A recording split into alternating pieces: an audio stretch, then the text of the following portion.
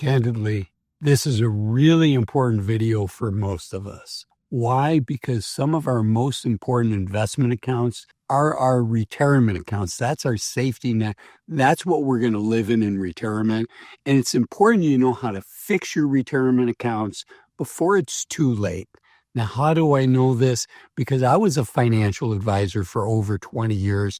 I've seen hundreds, probably thousands of investment portfolios of people initially coming and visiting with me and how they were set up. And some of them were putting themselves on a path for a lot of pain.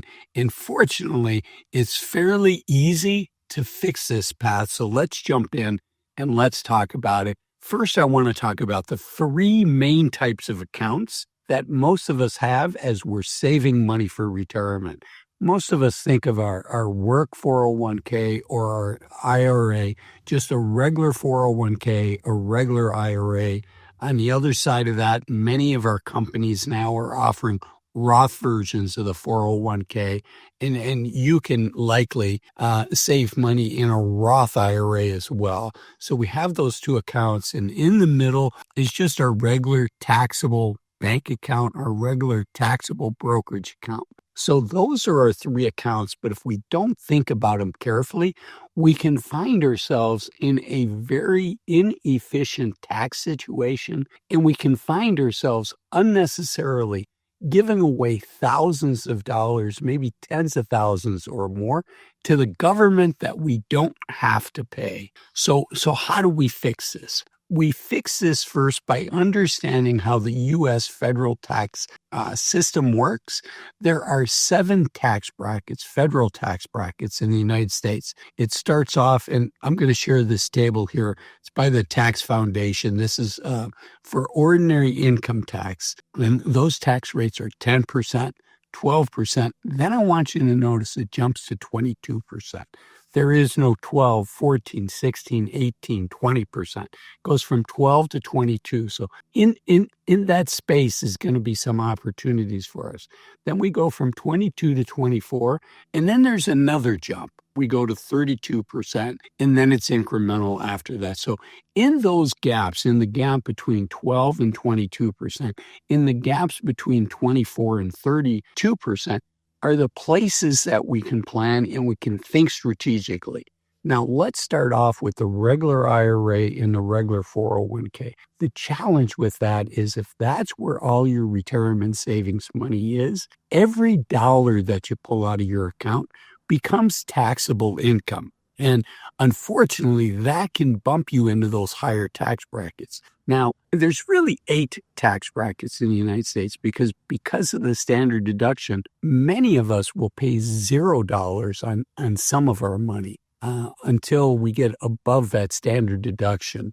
So taking advantage of the standard deduction, taking advantage of the 10 and 12% bracket with our normal IRAs, with our normal 401ks are important. Now, how do we plan? How do we use that? How do we think not just this year and when tax season comes around and we start filling out the forms, how do we go from paying the tax that we legally need to because of what we've already done? How do we go from that to being strategic? We do that by using either a financial advisor or an accountant. Candidly, I've never seen an accountant not pay for themselves. For the clients, I used to be a financial advisor for over 20 years. I've never seen an accountant not pay for themselves by helping clients think strategically and how to take advantage of that gap. If you would rather do it yourself, use software designed to help you do a good job of it and help you think strategically. The software I like is called Bolden. I like it because it's affordable, it's easy to use, and it's super powerful. You can think through many of the things I'm going to talk about in this video. If you use the link that's showing up on screen now, you're going to get a 2-week free trial to Bolden, and you'll be supporting the channel because I'm an affiliate. So that's step number 1 is with your regular IRA, with your regular 401ks, be strategic. You also likely, none of this is financial advice. I don't know your situation, but you likely don't want all of your money in that account. You likely want to have some of it in a Roth version or in a regular taxable brokerage account. Having those three accounts is important. And it's also important to understand how long-term capital gains and dividend taxes work in the United States. So again, from the Tax Foundation, this is the capital gains tax rate. Earlier, you might have heard me say, this is the federal tax bracket for ordinary income with those 7 tax brackets starting at 10% and then 12%. Long-term capital gains, so qualified dividends and stocks that you've owned for more than a year are going to be categorized as long-term capital gains, and they have a different tax system. Short-term capital gains, so 1 year or less, those are going to be taxed as ordinary income, but this is a different table here. And you can see here, for married filing jointly, you can make almost $100,000 a year before you pay a penny on your long-term capital gains. So you can see it's $98,900, and then you're paying at the 15% rate, which is quite a bit lower than you saw those 32, 34, 37% rates at the top of the ordinary income tax bracket. So understanding your capital gains brackets is super important. And now we're going to talk about balancing those 3 buckets, if you will, the regular IRA, the regular 401k, the Roth version of both of those, and then your taxable account. Before I go there, I'm going to make my case for you to hit the like button, to subscribe. My clients used to pay thousands of dollars a year for the types of insights I share completely for free. All I ask is hit the like button, think about subscribing. As the kids say, thumbs for likes and subs for love. It is my love language, so think about subscribing and liking this video. Okay, so how do we balance those 3 buckets? Again, it's not simple. We balance it by working with an accountant or by building it ourselves in software designed for us. Again, the software that I like is called Bolden. Sign up for it here, but you've got to be strategic. In the time to think about that, the sooner you can be thinking about the end goal. I love this quote by Stephen Covey, right? Begin with the end in mind. And whether you're 30, 40, or you're 60 years old, beginning with the end in mind, where do you want your money now to be?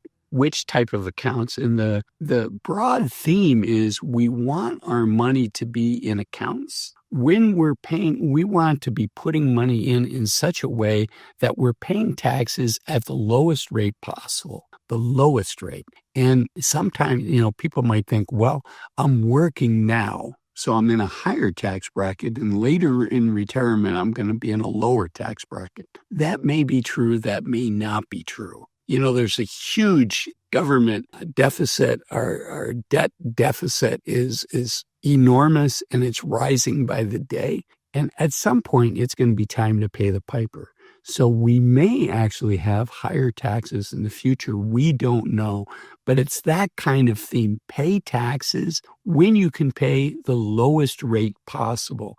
So having that plan is important. The other thing I want to caution you on is there is something called IRMA, income-related monthly adjustment amount for your Medicare. And think of this as an additional premium that you have to pay on Medicare. And it can be expensive. It can be up to an additional $500 a month per person in retirement if you go above certain levels of income. So really being strategic about it, not just saves you on the tax rate, the incremental dollar, what percent of the incremental dollar you're paying, but it also can save you on things like IRMA, and it can impact, depending on which account you're in, it can impact your required minimum distributions, which for most of us watching this video, we're going to have to start taking. Fortunately, that has been pushed back, so we don't need to take it as early as